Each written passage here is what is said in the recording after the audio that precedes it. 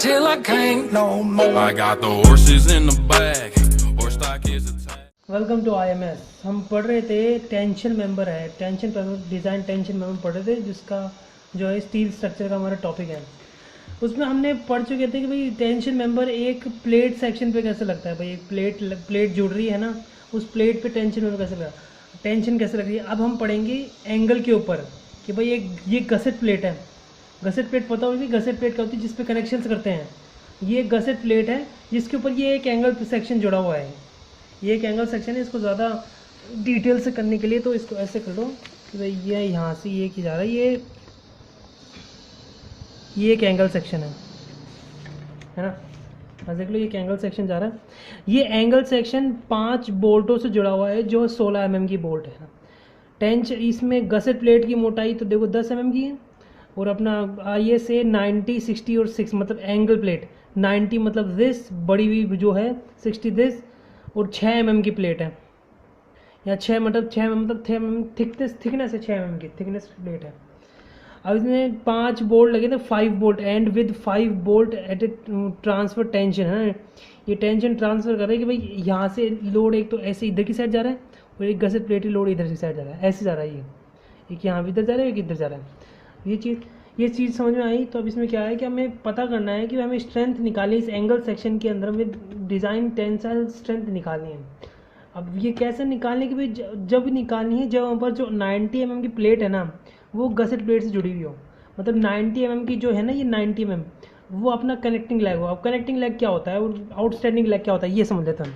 Connecting leg वो होता है जो कनेक्टेड रहता है गसेट प्लेट से। जैसे कि ये कनेक्टेड है ना बोल्ट से या फिर वेल्ड से, कुछ भी अगर वो जुड़ा हुआ है ना, तो ये आपका कनेक्टिंग लेग हो गया। और जो आपका फ्री है, ये जो आपका फ्री है, ये आपका आउटस्टैंडिंग लेग हो गया। ये कनेक्टिंग हो गया और ये आउटस्टैंडिंग लेग हो गया, ये होता है कनेक्टिंग लेग। तो उसमें क्या है कंडीशन, भाई जो 90 mm की प्लेट है वो कनेक्टिंग लेग है जो जुड़ा हुआ है बोल्ट से, और बोल्ट है अपने 5 बोल्ट है 16 mm के। 16 mm की 5 बोल्ट है, मतलब इसका जो डायमीटर है ये बोल्ट, और डायमीटर बोल्ट होल कितना होगा, 2 प्लस कर दो 16 प्लस कर 2 18 हो गया। हमें इसमें निकालना है, हमें टेंशन डिज़ाइन टेंशियल स्ट्रेंथ निकालनी है। अब टेंशियल स्ट्रेंथ कैसे निकालते हैं, सबसे पहले सेम यहाँ पे प्रोसीजर चलेगा। सबसे पहले निकालें हमने ग्रॉस यील्ड ग्रॉस सेक्शन निकालना अपने को, तो यील्ड ग्रॉस सेक्शन निकालिए। अब यहाँ पे जो एजी है एरिया ग्रॉस एरिया जो है वो आपको स्टील टेबल मिलेगा। कैसे लगेगा कि आप निकाल नहीं सकते इसका, क्योंकि ये एक एंगल है, ये एक रोल्ड सेक्शन एंगल है। तो भाई आप इसका एंगल निकालोगे तो पूरा एंगल निकलेगा, फिर बाद में आपसे निकलेगा नहीं इसके अंदर से। तो इसका पहले से ही दे रखा है, इसका स्टील टेबल के अंदर इसका दे रखा है अपने को। स्टील टेबल में सर्च करना ISA 90, 60 और 6 mm के लिए अपने पास एरिया क्या है उसका, ग्रॉस एरिया। तो अपने को ग्रॉस एरिया डाल दें मल्टीप्लाई बाय 250। अब 250 क्या हुआ, 250 है अपना FI है, यील्ड है 250 है, 1.1 यहाँ पे गामा M नोट है। यहाँ से अपने पास आ गया यील्ड ग्रॉस सेक्शन आ गया अपना 196364 न्यूटन। ठीक है। अपना दूसरा है रप्चर क्रिटिकल सेक्शन। अब यहाँ पे ध्यान दो, रप्चर क्रिटिकल सेक्शन। अब अगर कोड पे देखें, यहाँ पे कोड पे देखो पेज नंबर 33 पे और 32 पे यहाँ पे लिखा है design strength due to rupture of critical section ना। ये है प्लेट के लिए, और यहाँ देखो यहाँ पे लिखा हुआ है वो सिंगल एंगल्स। यहाँ पे मतलब ये एंगल का ये फॉर्मूला एंगल एंगल निकालने के लिए फॉर्मूला होता है ये। इसमें देखो ये है TDN 0.9 ANC FU अपॉन में गामा ML प्लस का बीटा AGO FY अपॉन में गामा M नॉट, ये होता है अपना। अपन निकालेंगे, यहाँ पे आ गया। और इसका बीटा निकालने का फॉर्मूला भी जस्ट इसके नीचे बीटा निकालने का फॉर्मूला है अपने पास। ये क्लॉज नंबर देख लो 6.3.3 पे निकलेगा। वो ये क्लॉज नंबर 6.3 पे सिंगल एंगल, मतलब जब भी एंगल का आए ना भाई, एंगल के अंदर टेंशन में निकाले तो अपने पास ये फॉर्मूला डायरेक्ट फॉर्मूला पुट करो। अब फॉर्मूला अपने को क्या क्या चीज़ अननोन है, अपने पास ANC नहीं है और अपने पास AGO नहीं है। अब ANC और AGO क्या है, ANC है कनेक्टिंग लेग की एरिया और AGO है आउटस्टैंडिंग लेग का एरिया, है ना। मतलब ये कनेक्टिंग लेग और ये आउटस्टैंडिंग। अब इसमें डिफरेंस क्या है, जो कनेक्टिंग लेग है उसमें पहले से मतलब बोल्ट के छेद कर रखे हैं। भाई ये बोल्ट है, ये पार हो रहा है इसके, तो इसके छेद हो रखे हैं इसके अंदर कनेक्टिंग लेग में। तो इसके अंदर अपने को बोल्ट ही माइनस कर रहा होगा, है ना। और इसका एरिया निकालने मतलब इस सेक्शन का एरिया निकालने के लिए अलग तरीका होता है, क्योंकि ये रेक्टेंगल नहीं होता, ये रेक्टेंगल नहीं होता, ये रोल्ड होता है, और इसके एरिया अलग तरह से निकलता है। इसका एरिया कैसे निकलता है, इसका एरिया निकलता है 90, मतलब इसकी लेंथ माइनस का 6/2 मतलब उसकी थिकनेस को हाफ कर दिया, इसकी थिकनेस थिकनेस है ना उसका हाफ इसको माइनस करेंगे और माइनस का फिर 18 क्यों किया भाई?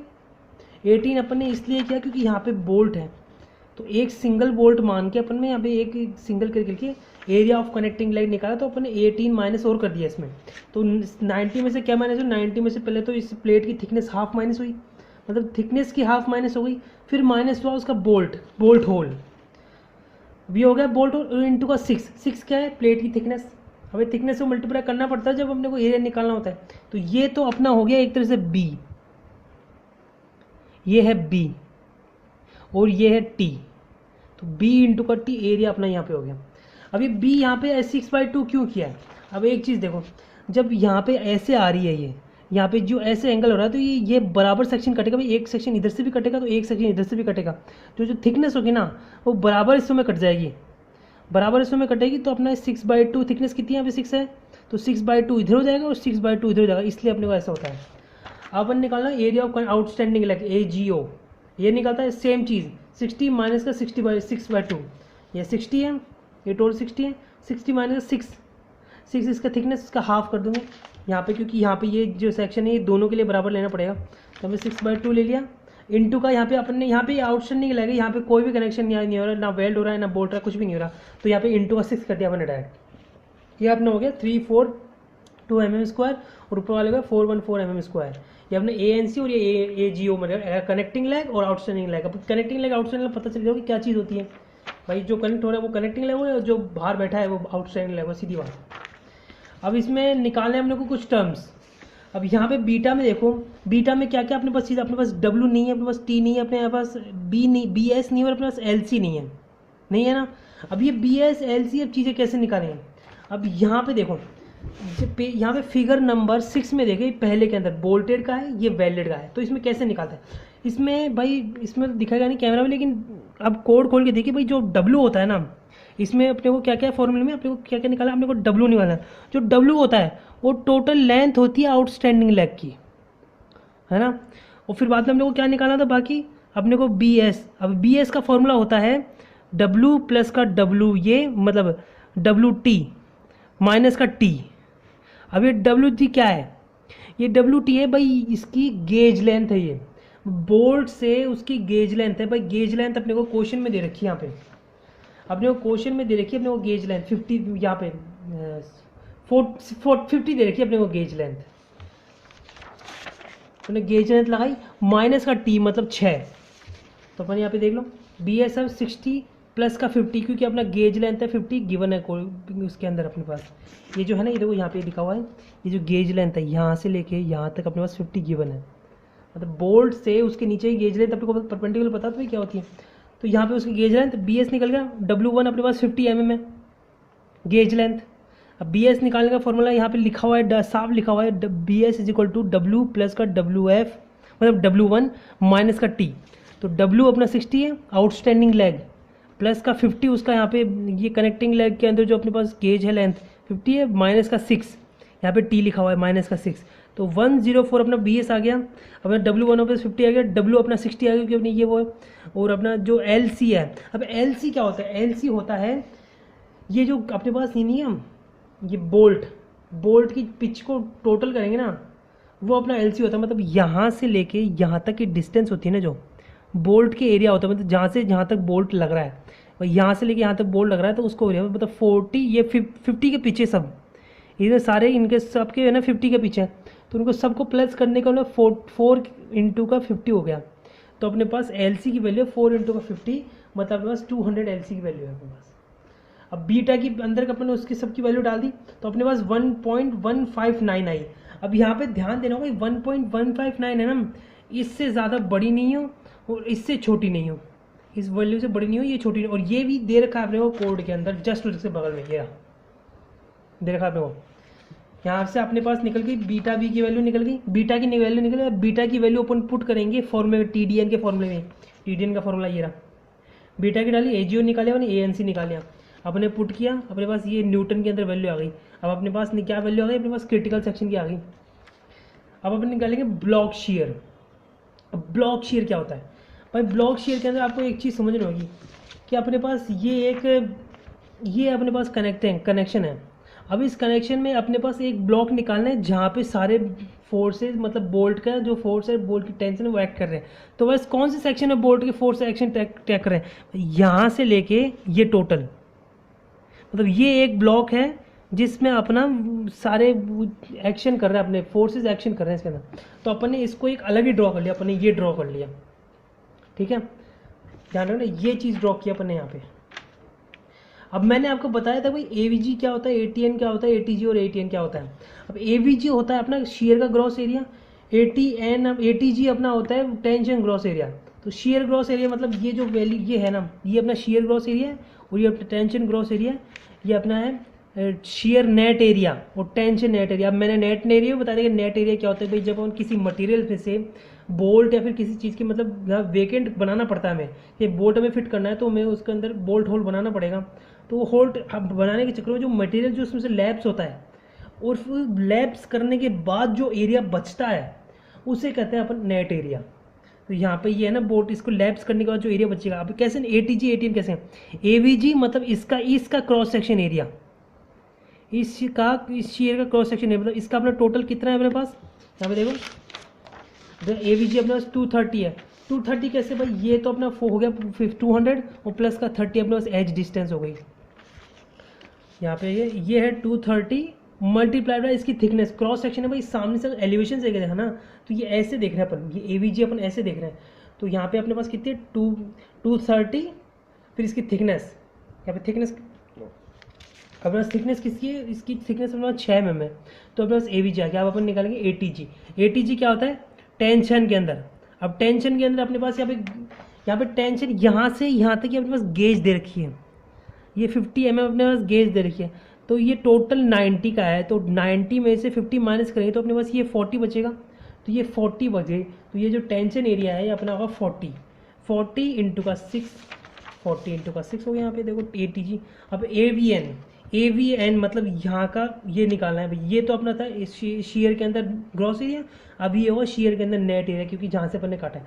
तो अपन ने क्या क्या यूज़, अपन ये जो टोटल लेंथ है इसमें क्या क्या माइनस करेंगे, अपन माइनस करेंगे ये बोल्ट्स।